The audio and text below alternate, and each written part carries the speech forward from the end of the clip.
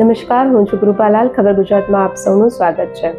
2026ના વાર્ષિક રાશિ ભવિષ્યની જ્યારે આપણે સૌ વાત કરી રહ્યા છીએ ત્યારે આજે જાણીશું ધન રાશિના જાતકો માટે 2026નું વર્ષ કેવું રહેશે. તો ચાલો જાણીએ ડોક્ટર નિલેશભાઈ વ્યાસ શું કહે છે. ખબર ગુજરાતમાં આપનું સ્વાગત છે. નમસ્કાર, જય શ્રી કૃષ્ણ.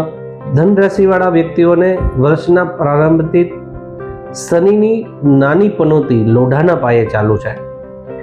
વર્ષના પ્રારંભથી શનિ ચોથા સુખ સ્થાનમાં પરિભ્રમણ કરી રહ્યો છે, જે 2.5 વર્ષની નાની પનોતી લોઢાના પાયે ચાલે છે.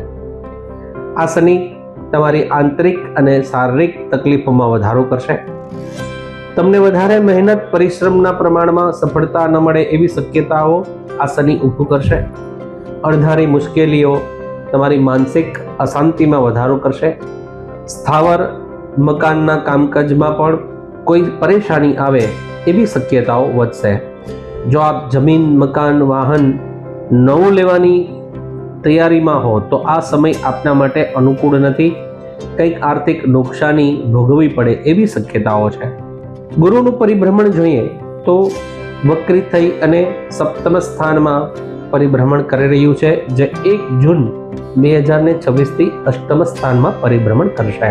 સપ્તમ સ્થાનમાં ગુરુનું પરિભ્રમણ જે છે એ દાંપત્ય જીવનમાં કેટલીક પ્રતિકૂળતાઓ ઊભી થાય એનો શક્યતાઓ રહેશે.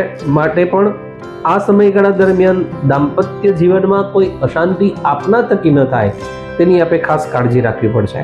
ભાગીદારીના ધંધાર્થીઓએ 11મી માર્ચ 2026 પછી ધંધામાં સારી સફળતાઓ મળે તેવી શક્યતાઓ છે.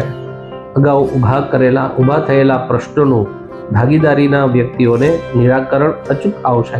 1 જૂન 2026થી ગુરુ અષ્ટમ સ્થાનમાં ઉચ્ચ રાશિમાં ભ્રમણ કરે છે, જે કૌટુંબિક સુખાકારીમાં વધારો કરશે, પરંતુ આંતરિક માનસિક ચિંતામાં એ વધારો કરશે. આર્થિક દ્રષ્ટિએ જોઈએ તો ગુરુની સંપૂર્ણ દ્રષ્ટિ પંચમ દ્રષ્ટિ જે છે એ વ્યય સ્થાન ઉપર અને 9મી દ્રષ્ટિ જે છે એ ધન સ્થાન ઉપર પડી રહે છે. એટલે આવક અને જાવક આ ગુરુ જે છે એ સપ્રમાણ કરશે. માટે આપણે ખાસ કાળજી રાખવી પડશે.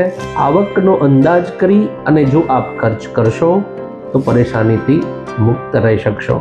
31 જૂન 2026થી ગુરુ નવમ ભાગ્ય સ્થાનની અંદર આવશે. ધાર્મિક આધ્યાત્મિક કાર્યો તરફ તમારી રુચિ વધશે. કૌટુંબિક આવકમાં વધારો થશે, સંપત્તિમાં વધારો થશે. કૌટુંબની સાથે તમે ધાર્મિક યાત્રાઓ કરી શકશો. ભાગ્યની વૃદ્ધિ માટે આ સમયગાળા દરમિયાન આપે ધાર્મિક કાર્યો અવશ્ય કરવા જોશે. તમારી મહત્વાકાંક્ષામાં વધારો થશે. નવીન ઉમદા કાર્યો થાય. પરિવારમાં માંગલિક પ્રસંગો આ વર્ષ દરમિયાન થવાની શક્યતાઓ વધશે. જોઈએ રાહુ શું ફળ આપશે આ વર્ષમાં, તો ધન રાશિવાળા વ્યક્તિઓને આખું વર્ષ રાહુ 3જા સ્થાનમાં રહેશે અને કેતુ 9મ સ્થાનમાંથી પરિભ્રમણ કરી રહેલો છે. સાહસ પરાક્રમનું સ્થાન એ 3જું સ્થાન છે, તો 3જા સ્થાનનો રાહુ આપણને સારો એવો લાભ અપાવશે. બહેનો માટે જોઈએ તો આ વર્ષ મધ્યમ છે.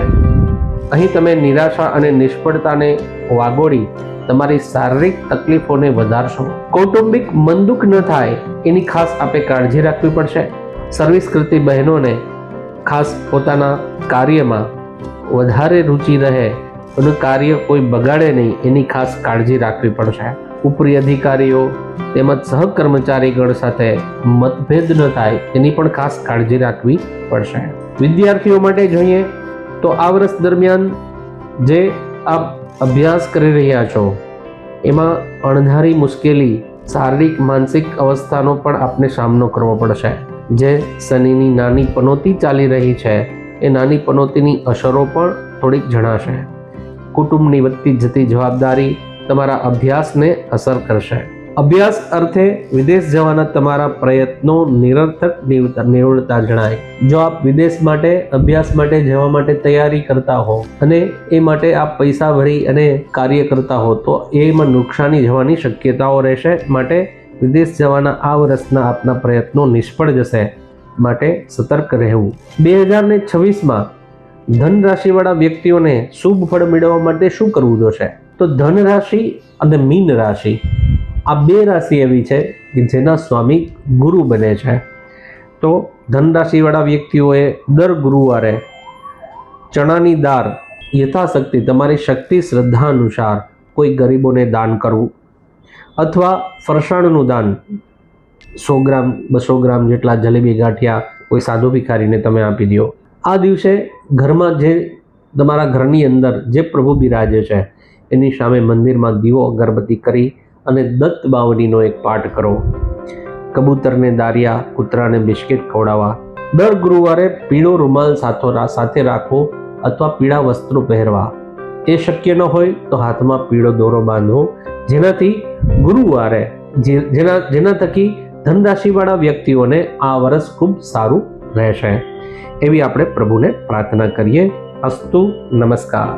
તો આપે વાત કરી કે ધનરાશિના જે જાતકો છે તેમને શનિની નાની પનોતી હાલ લોઢાના પાયે ચાલી રહી છે. તો ક્યાંક ને ક્યાંક એવું બની શકે કે મહેનતના પ્રમાણમાં તેમને સફળતા ઓછી મળે, જેના માટે કહીએ કે કદાચ બહેનો માટે પણ આ મધ્યમ સમય છે. અને આપે ઉપાયો પણ બતાવ્યા છે કે દર ગુરુવારે ચણાની દાળ છે ગરીબોને દાન કરવી જોઈએ. તો જે રીતે આ ઉપાયો કરવામાં આવે તો આવનારું વર્ષ છે ક્યાંક ને ક્યાંક ફળદાયી રહી શકે.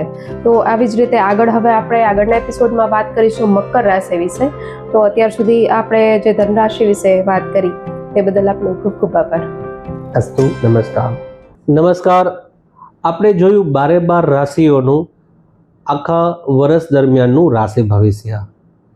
જનરલી રાશિ ભવિષ્ય જે છે આ 12 રાશિનું અમે જે રીતે આપતા હોઈએ છીએ એ જનરલ પ્રિડિક્શન હોય છે. આપની કુંડળી અનુસાર, આપણી જન્મ તારીખ, સમય, સ્થળ અનુસાર એ પરફેક્ટ જોઈ શકાય છે. અમે જે આપી રહ્યા છીએ એ જનરલ હોય છે. જો આપને વિશેષ જાણકારી આપની રાશિ અનુસાર જોતી હોય તો આપના કોઈ સારા એવા જ્યોતિષીઓનો સંપર્ક કરી શકશો અથવા અમારો સંપર્ક કરી શકશો. અસ્તુ. નમસ્કાર.